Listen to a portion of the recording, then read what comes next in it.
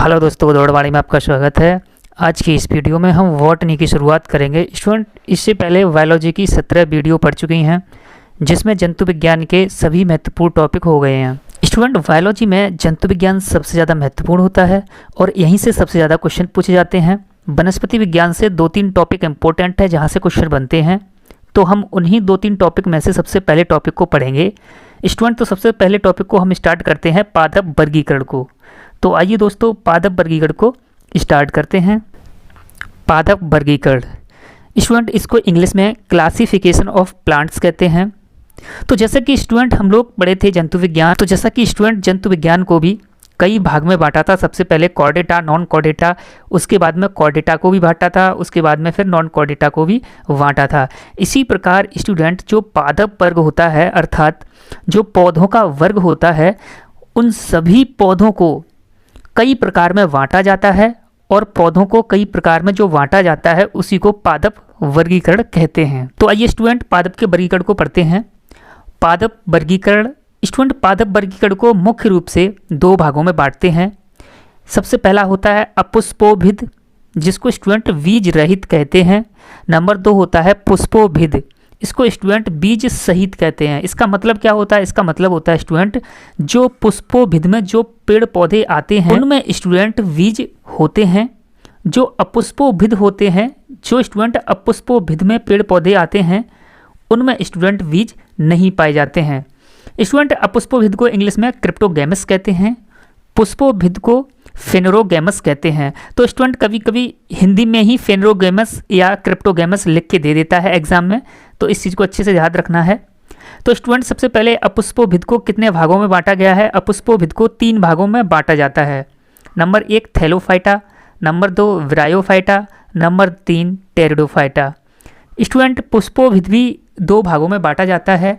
तो स्टूडेंट पुष्पोभिद कौन कौन से 2 भागों में बांटा जाता है? नंबर 1 आवृत बीजी, जिसको एंजियोस्पर्म कहते हैं, और नंबर 2 नग्न बीजी। स्टूडेंट नग्न बीजी को अनावृत बीजी भी कहा जाता है, जिसको इंग्लिश में जिम्नोस्पर्म कहते हैं। तो जैसा कि स्टूडेंट नाम से ही क्लियर है, आवृत बीजी, इसका मतलब होता है बीज के चारों ओर आवरण होगा। और ये होता है नग्न बीजी, अर्थात जो बीज होता है वो बिल्कुल नग्न होता है। स्टूडेंट नग्न बीजी वाले पेड़ पौधों को अनावृत बीजी भी कहा जाता है। स्टूडेंट आवृत बीजी को भी 2 भागों में बांटा जाता है, अभी हम इसके बारे में बताएंगे। उससे पहले थैलोफाइटा के बारे में समझते हैं। स्टूडेंट अगेन थैलोफाइटा को भी बांटा जाता है शैवाल में और कवक में। तो स्टूडेंट जो कवक है अर्थात फंजाई है, इसको तो एक अलग वर्ग में ही हम पढ़ लिए थे शुरुआत में। तो स्टूडेंट सबसे पहले सजीवों का वर्गीकरण हुआ था द्विजगत वर्गीकरण, उसके बाद में त्रिजगत वर्गीकरण हुआ है, जैसा कि हम पहले पढ़ चुके हैं। उसके बाद में 5 जगत वर्गीकरण हुआ था। 5 जगत वर्गीकरण किसने किया था? R.H. व्हिटकर ने किया था। तो स्टूडेंट सभी सजीवों को 5 वर्गों में बांटा गया था। उनमें सबसे पहला वर्ग था मोनेरा, दूसरा वर्ग था प्रोटिस्टा, तीसरा वर्ग था कवक, चौथा वर्ग था सभी जीव जंतु, 5वां वर्ग था सभी पादप। तो स्टूडेंट ये 5 वर्गों में बांटा गया था। उसमें से नंबर तीसरा जो कवक था, हमने स्टूडेंट कवक वर्ग वहाँ पढ़ लिया था, इसलिए हम कवक यहाँ पर नहीं पढ़ेंगे, क्योंकि कवक का एक अलग से फाइलम बना दिया गया है। तो स्टूडेंट हम यहाँ पर थैलोफाइटा में शैवाल पढ़ेंगे, उसके बाद में विरायोफाइटा, उसके बाद में टेरिडोफाइटा, और उसके बाद में पुष्पोभिद में जो भी आवृत बीजी हैं और अनावृत बीजी हैं, इनको क्लियर करेंगे। स्टूडेंट आवृत बीजी को, जिसको एंजियोस्पर्म कहते हैं, इसको पुनः 2 भागों में बांटा जाता है। नंबर 1 एक पत्र बीजी, नंबर 2 द्विपत्र बीजी। स्टूडेंट इसको एक बीजी भी कहते हैं, इसको द्विबीजी भी कहते हैं, और इंग्लिश में इसको मोनोकॉट कहते हैं, इसको डाइकॉट कहते हैं। तो स्टूडेंट एक पत्र बीजी और द्विपत्र बीजी का मतलब क्या होता है, इसको हम समझते हैं। तो जैसा कि स्टूडेंट एक पत्र बीजी जो पेड़ पौधे होते हैं, उन पेड़ पौधों में जो बीज होता है वो सिंगल रूप से पाया जाता है, अर्थात इसके 2 पार्ट नहीं होते हैं। और द्विपत्र बीजी और स्टूडेंट ऐसे पेड़ पौधे जिसमें बीज के 2 पार्ट हो जाते हैं, उसको द्विपत्र बीजी में रखते हैं। तो स्टूडेंट बीज के 2 पार्ट कैसे हो जाते हैं? तो स्टूडेंट आपने देखा होगा आम के अंदर जो गुठली निकलती है, उसके अंदर जो बीज निकलता है, उस बीज को 2 पार्ट हो जाते हैं। इसी तरीके से स्टूडेंट आप दालें देखते हो, दालों से जो छिलका हटा देते हैं, उस दाल के 2 इक्वल 2 पार्ट हो जाते हैं। तो इसी तरीके से स्टूडेंट जो भी बीज होते हैं उसके इक्वल 2 पार्ट हो जाएं, उन बीज के सभी पेड़ पौधों को हम द्विपत्र बीजी में रखते हैं। और किसी भी बीज का एक ही पार्ट रहे, जैसे चावल या गेहूँ तो स्टूडेंट इसका एक ही पार्ट होता है, इसके इक्वल टू पार्ट नहीं हो पाते हैं। इन सभी को हम एक पत्रबीजी में रखते हैं। तो स्टूडेंट हम एक एक करके सबको समझेंगे। तो जैसा कि स्टूडेंट पादप वर्गीकरण में सबसे पहले दो भागों में बांटा गया है, अपुष्पोभिद और पुष्पोभिद। तो सबसे पहले हम अपुष्पोभिद को स्टार्ट करते हैं। तो स्टूडेंट अपुष्पोभिद में कौन कौन से पेड़ पौधे आते हैं?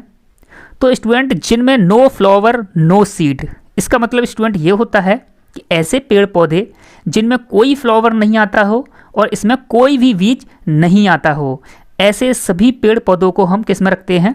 अपुष्पोभिद में रखते हैं, क्रिप्टोगैमस में रखते हैं। तो स्टूडेंट जैसा कि अपुष्पोभिद को हम तीन भागों में बांटे थे, थैलोफाइटा, ब्रायोफाइटा, टेरिडोफाइटा। इसमें अपुष्पोभिद में सबसे पहले हम थैलोफाइटा को क्लियर करेंगे। तो स्टूडेंट नंबर ए, थैलोफाइटा।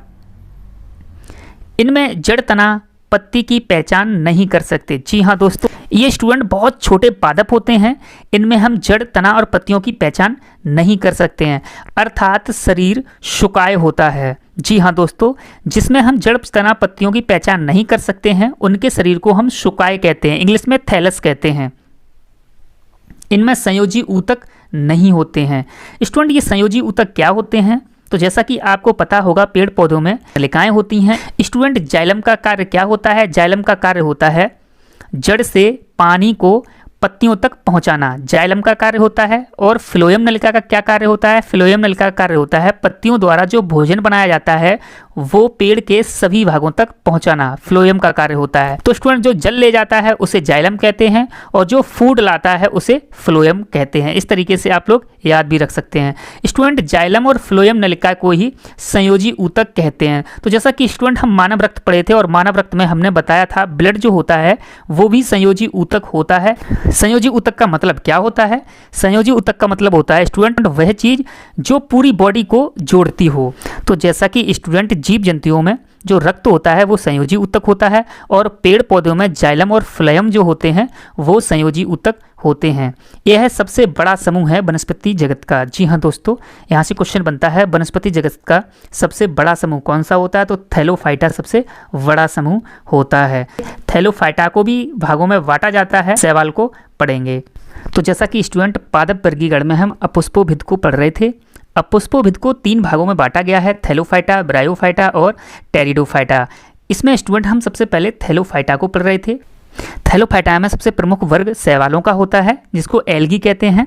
शैवालों को हम पढ़ेंगे, स्टूडेंट कवक को नहीं पढ़ेंगे क्योंकि कवक का एक अलग फाइलम है और उसको हम पहले ही पढ़ चुके हैं। शैवाल की स्टडी को फाइकोलॉजी कहते हैं। दोस्तों ये पूछा जाता है, आपको अच्छे से याद रखना है। तो स्टूडेंट जो शैवाल होते हैं उनका हरा रंग होता है। तो स्टूडेंट हरा रंग क्यों होता है? क्लोरोफिल की वजह से हरा रंग होता है। कोशिका भित्ति स्टूडेंट किसकी बनी होती है? तो इसकी कोशिका भित्ति सेलुलोज की बनी होती है, जैसा कि हम आपको कोशिका वाले चैप्टर में बताए थे। और सेलुलोज जो होता है वो पादप का सबसे कठोर भाग होता है। पोषण प्रक्रिया कैसी होती है? तो स्टूडेंट पोषण प्रक्रिया सुपोषी होती है। तो जैसा कि स्टूडेंट हम आपको बताए थे जिसमें क्लोरोफिल पाया जाता है वो स्टूडेंट सूर्य से अपना भोजन स्वतः बना लेते हैं और जो अपना भोजन स्वतः बनाते हैं उसको सुपोषी कहते हैं। शैवालों को खाद्य सामग्री के रूप में कैसे प्रयोग करते हैं इसको समझते हैं। अल्वा और ल्यूमिनेरिया नाम के जो शैवाल होते हैं उनको हम सलाद के रूप में प्रयोग करते हैं, अर्थात सलाद के रूप में खाते हैं। क्लोरेला में सबसे ज़्यादा प्रोटीन होती है। दोस्तों ये पूछा जाता है कौन से शैवाल में सबसे अधिक प्रोटीन होती है? तो क्लोरेला में सबसे ज़्यादा प्रोटीन होती है और इसी क्लोरेला को अंतरिक्ष यात्री अपने साथ ले जाते हैं। तो जैसा कि स्टूडेंट अंतरिक्ष की यात्रा जो भी करेगा वो ज़्यादा चीज़ें खाने के लिए अपने साथ नहीं ले जा सकता है, क्योंकि मनुष्य को प्रोटीन की अत्यधिक आवश्यकता रहती है।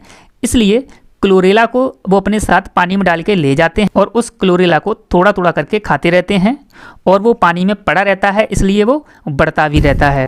और स्टूडेंट क्लोरेला से ही वो अपनी प्रोटीन की भरपाई करते रहते हैं। तो स्टूडेंट क्वेश्चन पूछा जाता है अंतरिक्ष यात्री अपने साथ क्या ले जाते हैं? तो स्टूडेंट वो क्लोरेला नाम के शैवाल को ले जाते हैं और थोड़ा थोड़ा करके खाते रहते हैं जिससे प्रोटीन की मात्रा उनके शरीर में पहुंचती रहे। और स्टूडेंट सूर्य की प्रकाश में क्लोरेला अपने आप बढ़ता भी रहता है। तो स्टूडेंट क्लोरेला ख़त्म भी नहीं होता है और अंतरिक्ष यात्रियों को प्रोटीन की मात्रा भी मिलती रहती है। ये मीठे और खारे पानी में पाए जाते हैं। जी हाँ दोस्तों, जो शैवाल होते हैं ये खारे पानी में भी मिलते हैं और मीठे पानी में भी मिलते हैं। और स्टूडेंट ये कभी कभी स्लोथ भालू के ऊपर, जिसको आलसी भालू कहते हैं, स्टूडेंट आलसी भालू जो होता है वो कई कई दिनों तक एक जगह पड़ा रहता है, इसलिए उसके ऊपर शैवाल जमा आते हैं इसलिए स्टूडेंट क्वेश्चन पूछा जाता है शैवाल और कहाँ मिलते हैं, तो स्लोथ भालू के ऊपर भी जम आते हैं और लाइकेन के रूप में भी शैवाल मिलते हैं। तो स्टूडेंट लाइकेन क्या होता है इसको समझते हैं। ये वायु प्रदूषण का सूचक होता है। तो स्टूडेंट जो लाइकेन होता है वो वायु प्रदूषण का सूचक होता है। जहाँ भी स्टूडेंट लाइकेन होगा अगर वहाँ सूख रहा है तो समझ लीजिए वहाँ पर वायु प्रदूषण ज़्यादा है, और अगर ठीक से है, हरा भरा है, तो ये समझ लीजिए तो वहाँ ज़्यादा वायु प्रदूषण नहीं है। तो स्टूडेंट लाइकेन क्या होता है इसको समझते हैं। स्टूडेंट जो लाइकेन होता है वो शैवाल और कवकों से मिलकर बना होता है। तो जैसा कि स्टूडेंट जो शैवाल होते हैं इनमें जड़ें नहीं होती हैं, और जो कवक होते हैं उनमें क्लोरोफिल नहीं पाया जाता है, इसलिए वो अपना खाना स्वतः नहीं बना पाते हैं। इसलिए स्टूडेंट क्या होता है, जो शैवाल होते हैं इनके पास जड़ नहीं होती हैं, लेकिन इनके पास क्लोरोफिल होता है, अर्थात खाना बनाने की शक्ति होती है। और जो कवक होते हैं इनके पास जड़ें होती हैं, क्लोरोफिल नहीं होता है, अर्थात खाना बनाने की शक्ति नहीं होती है। तो स्टूडेंट इसलिए क्या होता है, जो शैवाल होते हैं वो खाना बना के कवक को दे देते हैं, और स्टूडेंट कवक जो होते हैं इनके पास जड़ें होती हैं, इसलिए ये पानी को एकत्रित कर सकते हैं। स्टूडेंट शैवाल को पानी की मात्रा कौन देता है? जो कवक होता है वो शैवालों को पानी की मात्रा देता है, और स्टूडेंट ऐसे ही एक दूसरे को फायदा पहुंचाते हैं। तो शैवाल और कवक के मिक्स को लाइकेन कहते हैं, और स्टूडेंट इस संबंध को क्या कहते हैं, सहजीवन संबंध कहते हैं। तो स्टूडेंट मोस्ट इंपोर्टेंट है, बहुत पूछा जाता है। सहजीवन संबंध हम एक और बताए थे, इकोलाई बैक्टीरिया बताए थे जो बड़ी आंत में पाया जाता है। बड़ी आंत में जो इकोलाई बैक्टीरिया पाया जाता है वो मानव शरीर को विटामिन B12 देता है। और स्टूडेंट मानव शरीर इकोलाई बैक्टीरिया को क्या देता है, तो मानव शरीर इकोलाई बैक्टीरिया को अपचित भोजन देता है। इसी तरीके से स्टूडेंट एक दूसरे को फायदा जो पहुंचाते हैं उसे सहजीवन संबंध कहते हैं। जैसे कि स्टूडेंट लाइकेन के बारे में बताया है, लाइकेन शैवाल और कवक से मिलकर बना होता है। कवक के पास जड़ें होती हैं अर्थात पानी होता है, शैवाल के पास क्लोरोफिल होता है अर्थात जड़ें नहीं होती हैं। क्लोरोफिल शैवाल के पास होता है तो खाना बना सकता है, खाना बना के कवक को देता है। कवक के पास जड़ें होती हैं अर्थात पानी होता है, तो पानी अपनी जड़ों के माध्यम से किसको देता है, शैवाल को देता है। तो स्टूडेंट शैवाल और कवक एक साथ जहाँ होते हैं उसी को लाइकेन कहते हैं, और जो ये लाइकेन होता है ये वायु प्रदूषण का सूचक होता है। तो जैसा कि स्टूडेंट हम शैवाल पढ़े थे, शैवाल मुख्य रूप से थैलोफाइटा में आते हैं, और थैलोफाइटा पादप जगत का सबसे बड़ा वर्ग है। स्टूडेंट नंबर 2 हम बताए थे ब्रायोफाइटा, यहाँ पर ब्रायोफाइटा के बारे में समझते हैं। तो नंबर 2 ब्रायोफाइटा, इन पादपों को पादप जगत का एम्फीबियन अर्थात उभयचर कहा जाता है। तो स्टूडेंट ब्रायोफाइटा में जो पेड़ पौधे आते हैं उनको हम पादप जगत का एम्फीबियन या उभयचरी क्यों कहते हैं? क्योंकि स्टूडेंट जो ब्रायोफाइटा में जो भी पेड़ पौधे आते हैं वो पेड़ पौधे पानी में भी उग जाते हैं और स्थल पर भी उग जाते हैं। और स्टूडेंट जो पानी और स्थल दोनों पर होता है उसको हम एम्फीबियन कहते हैं या उभयचर कहते हैं, क्योंकि ये पादप पानी और स्थल दोनों जगह उग सकते हैं। स्टूडेंट इन पौधों में क्लोरोफिल पाया जाता है, इसलिए ये भी स्वपोषी होते हैं। तो स्टूडेंट ब्रायोफाइटा में जो भी पेड़ पौधे आते हैं उनके पास भी क्लोरोफिल होता है और इसलिए ये भी स्वपोषी होते हैं। इनमें संयोजी ऊतक नहीं होते हैं। तो जैसा कि स्टूडेंट आपको हम जाइलम और फ्लोएम के बारे में बताए थे, थैलोफाइटा में भी संयोजी ऊतक नहीं होते हैं और ब्रायोफाइटा में भी संयोजी ऊतक नहीं होते हैं। इनमें नर जनन अंग पुंधानी होता है। जी हाँ दोस्तों, जो ब्रायोफाइटा वर्ग है इस वर्ग में जो नर जनन अंग होता है वो पुंधानी होता है। इसको स्टूडेंट इंग्लिश में एंथ्रेडियम कहते हैं, और मादा जनन अंग जिसको स्त्रीधानी कहते हैं, और स्टूडेंट इंग्लिश में इसे आर्किगोरियम कहते हैं। तो स्टूडेंट जो नर जनन अंग होता है वो पुंधानी होता है और मादा जनन अंग होता है वो स्त्रीधानी होता है। तो स्टूडेंट ब्रायोफाइटा में कौन कौन से पेड़ पौधे आते हैं उनको एग्जाम्पल स्वरूप समझते हैं। मॉसिस, जी हाँ दोस्तों, स्टूडेंट इसको इंग्लिश में ही और हिंदी में मॉसिस ही कहते हैं। तो स्टूडेंट मॉसिस नाम का जो पेड़ होता है वो ब्रायोफाइटा में आता है।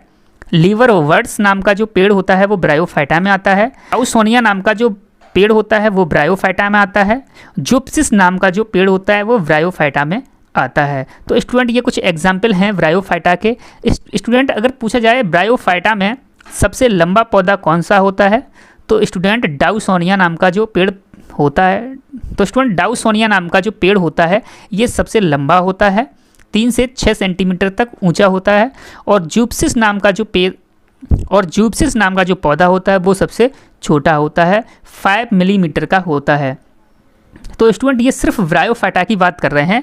ब्रायोफाइटा में सबसे लंबा डाउसोनिया और सबसे छोटा जुप्सिस पेड़ होता है। इसके बाद स्टूडेंट थैलोफाइटा और ब्रायोफाइटा के बाद में नंबर C टेरिडोफाइटा समझते हैं। संयोजी ऊतक जाइलम और फ्लोएम पाए जाते हैं। जी हाँ दोस्तों, तो जैसा कि स्टूडेंट थैलोफाइटा ब्रायोफाइटा में संयोजी ऊतक नहीं पाए जाते हैं, टेरिडोफाइटा में संयोजी ऊतक जो जाइलम और फ्लोएम होते हैं वो पाए जाते हैं। स्थल पर सबसे पहला पौधा हुआ, जी हाँ दोस्तों, जो टेरिडोफाइटा में पेड़ पौधे आते हैं। अगर पूछा जाए कि स्थल पर सबसे पहला पौधा किस वर्ग का था, तो टेरिडोफाइटा का। इससे पहले स्टूडेंट जो ब्रायोफाइटा और थैलोफाइटा पढ़े हैं, थैलोफाइटा तो जल में ही होता है और जो ब्रायोफाइटा होता है ये जल और थल दोनों में होता है, और जो टेरिडोफाइटा होता है ये स्टूडेंट स्थल पर ही होता है। इसलिए ये कहा गया है कि स्थल पर सबसे पहला पौधा होने वाला टेरिडोफाइटा ग्रुप का ही था। इन्हें पादप जगत का सरीसृप कहा जाता है। तो जैसा कि स्टूडेंट जो ब्रायोफाइटा है उन्हें पादप जगत का एम्फीबियन या उभयचर कहा जाता है, इसी प्रकार से टेरिडोफाइटा को पादप जगत का सरीसृप अर्थात रेप्टाइल कहा जाता है। स्टूडेंट एग्जाम्पल समझते हैं, जितने भी सजावटी पौधे होते हैं आपने देखा होगा स्टूडेंट ये पार्क वगैरह में या शादी ब्याह में सजावटी पौधे होते हैं, आपने देखा होगा कार वगैरह पर सजावट होती है तो इन्हीं पौधों से होती है। फर्न भी टेरिडोफाइटा में आता है, इक्विसीटम भी टेरिडोफाइटा में आता है, लाइकोपोडियम भी टेरिडोफाइटा में आता है। एग्जाम्पल से क्वेश्चन ऐसे बनता है, फर्न नाम का पौधा किस वर्ग में पाया जाता है? 4 ऑप्शन दिए रहेंगे, थैलोफाइटा, ब्रायोफाइटा, टेरिडोफाइटा या अनावृतबीजी, इस तरीके से 4 ऑप्शन दिए रहते हैं। तो स्टूडेंट सजावटी पौधा फर्न है, इक्विस्टम है, लाइकोपोडियम है, ये सभी टेरिडोफाइटा में आते हैं। नंबर 2 स्टूडेंट समझते हैं पुष्पोभिद, जिनको फिनरोगैमस कहते हैं। तो जैसा कि स्टूडेंट इससे पहले अपुष्पोभिद पढ़े थे, अपुष्पोभिद का मतलब होता है जिसमें पुष्प और बीज नहीं होते हैं। स्टूडेंट अपुष्पोभिद को 3 भागों में बांटा गया था, थैलोफाइटा, ब्रायोफाइटा, टेरिडोफाइटा। इसी प्रकार से स्टूडेंट जो पुष्पोभिद है, फिनरोगैमस है, ये 2 भाग में बांटा गया है, एक अनावृत बीजी और एक आवृत बीजी। तो स्टूडेंट इसको हम समझेंगे, उससे पहले पुष्पोभिद में जो प्रॉपर्टी होती हैं उसको समझते हैं। इसमें पुष्प और बीज पाए जाते हैं, अर्थात फ्लावर्स और सीड्स, यस मतलब फ्लावर्स और सीड पाए जाते हैं। इनमें संयोजी ऊतक जाइलम और फ्लोएम पूर्ण विकसित होते हैं। जी हाँ दोस्तों, जैसा कि आपको हम बताए थे, जो थैलोफाइटा और ब्रायोफाइटा होते हैं उनमें जाइलम और फ्लोएम नहीं होते हैं, अर्थात संयोजी ऊतक नहीं होते हैं।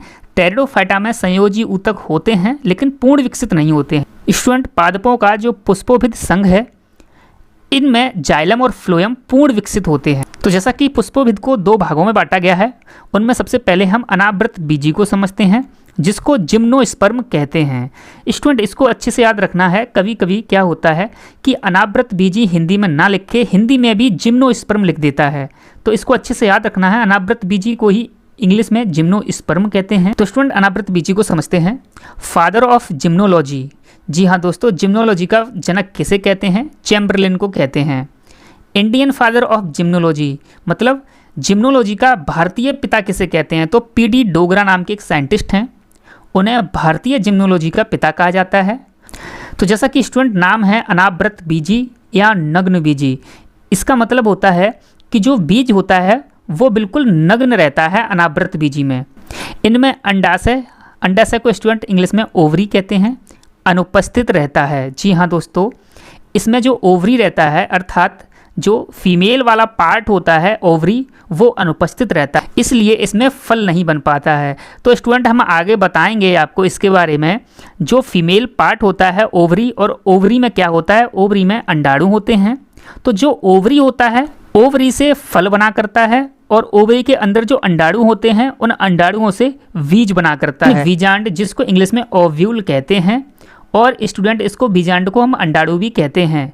ये उपस्थित होते हैं, और अभी हम आपको बताए थे जो बीजांड होते हैं, जो अंडाणु होते हैं, उनसे स्टूडेंट बीज बनता है।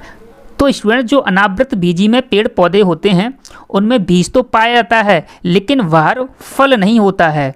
तो जैसा कि स्टूडेंट अमरूद होता है, अमरूद के अंदर बीज होता है, अर्थात बाहर फल है और अंदर बीज है। इसी प्रकार से सेब देखा होगा स्टूडेंट, अंदर बीज होता है, बाहर सेब होता है, अर्थात फल होता है। तो स्टूडेंट इसका मतलब ये हुआ कि अंदर बीज है तो अनावृत बीजी में नहीं आए, अनावृत बीजी में आते हैं जिसका बीज नग्न हो, अर्थात बाहर फल नहीं हो। और बाहर फल क्यों नहीं होगा? क्योंकि स्टूडेंट इसमें ओवरी अंडाशय नहीं होता है, ओव्यूल होता है, ओव्यूल से बीज बन जाता है। स्टूडेंट ये सदाबहार पेड़ होते हैं। सदाबहार पेड़ के बारे में आप पढ़े होंगे। सदाबहार का मतलब होता है एवरग्रीन, तो सभी सीजनों में हरे भरे रहते हैं। इन्हें जीरोफाइटिक पादप भी कहते हैं। तो तो जीरोफाइटिक पादप क्यों कहते हैं? क्योंकि बहुत कम पानी में ये ग्रो कर जाते, इसलिए इन्हें जीरोफाइटिक पादप कहते हैं। सबसे बड़ा अनावृत बीजी, जी हाँ दोस्तों, यहाँ से क्वेश्चन बनता है कि सबसे बड़ा अनावृत बीजी कौन सा पेड़ होता है? तो रेडवुड, जिसको सिकोया भी कहते हैं। तो सबसे बड़ा अनावृत बीजी जो पेड़ होता है वो रेडवुड होता है या सिकोया होता है। यह सबसे बड़ा भी होता है स्टूडेंट, ये अनावृत बीजी में बड़ा होता है और ओवरऑल सभी पादपों में देखा जाए तो सभी पादपों में भी रेडवुड या सिकोया सबसे ऊंचा या सबसे बड़ा होता है। और स्टूडेंट अनावृत बीजी का सबसे छोटा पेड़ कौन सा होता है? तो अनावृत बीजी का सबसे छोटा पेड़ जेमिया होता है। नंबर 2, आवृत बीजी पादप। स्टूडेंट एंजियोस्पर्म को समझते हैं। स्टूडेंट जो आवृत बीजी पादप में जो पेड़ पौधे आते हैं उनकी प्रॉपर्टियां क्या होती हैं? सबसे ऊंचा और सबसे छोटा पौधा कौन सा होता है, इसको समझते हैं। ये सर्वाधिक विकसित पादप होते हैं। जी हाँ दोस्तों, कभी भी क्वेश्चन पूछा जाए कि पादप जगत में किस वर्ग के पेड़ पौधे सर्वाधिक विकसित होते हैं, तो आवृत बीजी जो एंजियो, जिसे एंजियोस्पर्म भी कहते हैं, स्टूडेंट आवृत बीजी के पेड़ पौधे सर्वाधिक विकसित होते हैं। इसमें जो बीज होता है वो अंडाशय अर्थात ओवरी द्वारा घिरा होता है। तो जैसा कि स्टूडेंट अभी हम बताए थे, नग्न बीजी में क्या होता है कि जो बीज होता है वो नग्न रहता है, उसके चारों ओर फल नहीं होता है। क्यों नहीं होता है? क्योंकि स्टूडेंट उसमें ओवरी नहीं पाई जाती है अर्थात अंडाशय नहीं पाया जाता है। और स्टूडेंट जो आवृत बीजी होते हैं इसमें स्टूडेंट अंडाशय ओवरी पाई जाती है। अगर अंडाशय ओवरी पाई जाती है तो स्टूडेंट चारों तरफ फल भी बन जाएगा और फल बन जाएगा तो बीज के चारों ओर एक आवरण बन जाएगा। इसीलिए स्टूडेंट कहते हैं इसे आवृत बीजी। बीजी का मतलब बीज है, आवृत का मतलब चारों ओर आवरण। तो बीजों पर आवरण होता है, इसमें स्टूडेंट फल होता है। तो जैसा कि स्टूडेंट अगर अंडाशय होगा तो उसमें फल भी होगा। ये प्रत्येक वातावरण में रह सकते हैं। तो स्टूडेंट आवृत बीजी में जो भी पेड़ पौधे आते हैं वो स्टूडेंट पानी में भी, स्थल में भी, टेम्परेचर ज़्यादा हो या कम हो, पर्वतों पर, हर जगह पेड़ पौधे पाए जाते हैं। सबसे बड़ा आवृत बीजी कौन सा पौधा होता है? तो स्टूडेंट यूकेलिप्टस जो होता है वो सबसे बड़ा आवृत बीजी होता है। और सबसे छोटा आवृत बीजी कौन सा होता है? तो वुल्फिया, जिसको लेमना भी कहते हैं। तो स्टूडेंट वुल्फिया या लेमना सबसे छोटा आवृत बीजी होता है। स्टूडेंट अभी हम बताए थे अनावृत बीजी अर्थात नग्न बीजी में सबसे बड़ा पौधा सिकोया होता है और सबसे छोटा पौधा जेमिया बताया था। स्टूडेंट जो अनावृत बीजी का सबसे बड़ा पौधा होता है ये पादप जगत का भी सबसे बड़ा पौधा होता है। स्टूडेंट जो यूकेलिप्टस होता है ये सिर्फ और सिर्फ आवृत बीजी का सबसे बड़ा पौधा होता है, ये पूरे पादप जगत का बड़ा पौधा नहीं होता है। बीज के आधार पर इन्हें दो भागों में बांटा जाता है, एक बीजीय पत्र और द्विबीजीय पत्र। तो जैसा कि आपको बताए थे जिसमें सिंगल बीज पाया जाता उसमें इक्वल टू पार्ट नहीं होते हों उसे एक बीजी पत्र में रखते हैं। और द्विबीजी पत्र में हम किसको रखते हैं? स्टूडेंट ऐसे बीज जिसके दो इक्वल टू पार्ट हो जाते हों उसको हम द्विबीज पत्र में रखते हैं। तो स्टूडेंट एक बीजीय पत्र में क्या होता है? बीज का एक ही भाग होता है। और द्विबीजीय पत्र में क्या होता है? बीज दो भागों में बटा हुआ होता है। स्टूडेंट इसमें पेड़ पौधों की एक फैमिली भी होती है, उस फैमिली का नाम भी होता है, इसलिए हम उस फैमिली को भी पढ़ेंगे और उसमें पेड़ पौधों को भी पढ़ेंगे। एक बीजीय में कौन कौन से पौधे आते हैं? लहसुन और प्याज एक बीजीय पत्र में आते हैं और स्टूडेंट इसकी फैमिली का नाम होता है लिलिएसी। यहाँ से भी कभी कभी क्वेश्चन बन जाता है लिलिएसी में कौन कौन से पौधे आते हैं। तो लिलिएसी फैमिली में लहसुन और प्याज आते हैं एक बीजीय में। स्टूडेंट पाल्मी फैमिली में कौन कौन आता है? नारियल, खजूर और सुपारी। और इसके बाद स्टूडेंट जो ग्रेमिनेसी फैमिली होती है इसमें गेहूं, मक्का, गन्ना, चावल, जौ, ज्वार, बाजरा, जितनी खाद्य वाली चीज़ें होती हैं दालों को छोड़ के वो ज़्यादातर ग्रेमिनेसी में आती हैं। तो स्टूडेंट ये कुछ इंपॉर्टेंट हैं जहाँ से क्वेश्चन बनता है। ये एक बीजीय पत्र में स्टूडेंट फैमिली के साथ बताए गए हैं कि लिलिएसी में कौन कौन सा आता है, पाल्मी में कौन कौन सा आता है, ग्रेमिनेसी में कौन कौन सा आता है। इसी प्रकार स्टूडेंट हम द्विबीजी पत्र को पढ़ते हैं। स्टूडेंट द्विबीजी पत्र में सबसे पहले जो क्रूसीफेरी फैमिली होती है, इस क्रूसीफेरी फैमिली में मूली, सलजम, सरसों आते हैं। इसके बाद स्टूडेंट जो लेग्यूमिनेसी फैमिली होती है, लेग्यूमिनेसी फैमिली में दाल, सभी दाल स्टूडेंट आती हैं, इमली आती हैं और अशोक का वृक्ष आता है।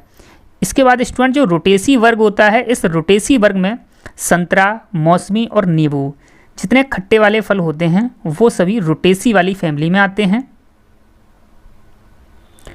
इसके बाद स्टूडेंट कुकुरबिटेसी, कुकुरबिटेसी में कौन कौन से द्विबीजीय पत्र वाले पौधे आते हैं? तरबूजा, खरबूजा, खीरा, ककड़ी, कद्दू, लौकी, ये कुकुरबिटेसी में आते हैं। इसके बाद स्टूडेंट जो सोलेनेसी वर्ग होता है इसमें आलू, मिर्च, वैगन, टमाटर सोलेनेसी वर्ग में आते हैं। इसके बाद स्टूडेंट रोजेसी वर्ग होता है, इसमें सेब, बादाम, स्ट्रॉबेरी, आम, पपीता, नाशपाती, ये सभी जो होते हैं पेड़ पौधे वो रोजेसी वर्ग में आते हैं। तो जैसा कि स्टूडेंट आपको बताए थे द्विबीजी पत्र, तो स्टूडेंट द्विबीजी पत्र इनमें से कोई सा भी आप फल उठा लीजिए, उसमें जो बीज निकलता है उस बीज के दो इक्वल पार्ट हो सकते हैं। जैसे तरबूजा ले लीजिए, तरबूजा में बीज निकलता है, उस बीज को जब आप छीलेंगे तो उस बीज के इक्वल 2 पार्ट हो जाते हैं, आपने देखा होगा स्टूडेंट। इसी प्रकार से स्टूडेंट स्ट्रॉबेरी ले लीजिए या सेब ले लीजिए, सेब के अंदर जो बीज निकलते हैं उसको जब छिलका हटाएंगे, उसको जब हम तोड़ेंगे तो उसके इक्वल 2 पार्ट हो जाते हैं। तो इसी प्रकार स्टूडेंट जो बीजों के 2 पार्ट हो जाते हैं उनको द्विबीजी में रखते हैं, जिसका एक ही भाग रहे। स्टूडेंट देखा होगा आपने, जो लहसुन होता है, लहसुन का एक ही बीज होता है, इक्वल 2 पार्ट में नहीं बांट सकते हैं। तो स्टूडेंट जो एक बीजी पत्र इसके 2 पार्ट नहीं हो जाते हैं, उन्हें एक बीजी में रखते हैं, और ये दोनों आवृत बीजी में रखे जाते हैं। और स्टूडेंट आवृत बीजी जो होता है एंजियोस्पर्म होता है, ये किस में आता है? ये पुष्पोभिद वर्ग में रखा जाता है। पुष्पोभिद में मुख्य रूप से 2 भाग आते हैं, एक अनावृत बीजी और एक आवृत बीजी। आई होप स्टूडेंट ये वीडियो आपको पसंद आई होगी। तो अभी तक आपने हमारे चैनल को सब्सक्राइब नहीं किया है तो सब्सक्राइब कर लीजिए और बेल आइकन को ऑन कर लीजिए।